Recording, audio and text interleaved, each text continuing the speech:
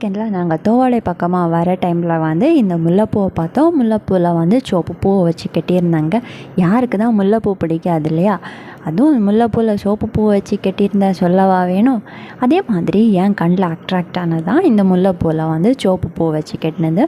சடனாக நாங்கள் வண்டியை நிப்பாட்டிட்டு அந்த கடைக்கு போயிட்டோம்.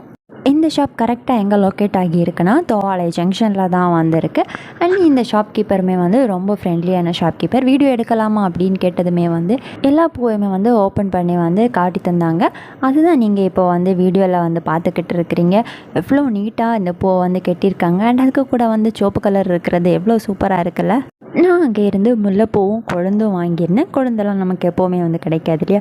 ஸோ எவ்வளோ இருக்குதுன்னு சொல்லிட்டு வீட்டில் போய் ஓப்பன் பண்ணி காமிச்சிட்டாரேன். ஓகே, இப்போ வந்து ஓப்பன் பண்ணலாம். இதுக்குள்ளாடி என்ன இருக்குன்னா கொழுந்து தான் வந்துருக்கு. அதுவும் அழகாக வந்து தாமரை இலையெல்லாம் வந்து பேக் பண்ணி கொடுத்துருந்தாங்க. இது வந்து இவ்வளோமே வந்து 20 ருபீஸ் தான். நிறைய வந்து இருக்குது. ரொம்ப ஃப்ரெஷ்ஷாக நல்ல வாசனையாகவுமே வந்து இருந்துச்சு.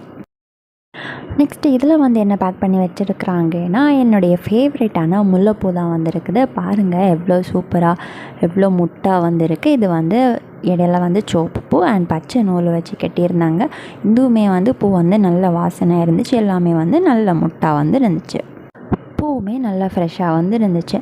நீங்களும் தோவாளை சைடு ட்ராவல் பண்ணுறவங்களா இருந்தீங்கன்னா இந்த கடை பக்கமாக ட்ராவல் பண்ணிங்கன்னா உங்களுக்கு பூ பிடிக்கும்னா கண்டிப்பாக இந்த கடைக்கு ஒரு விசிட்டை போட்டுக்கோங்க.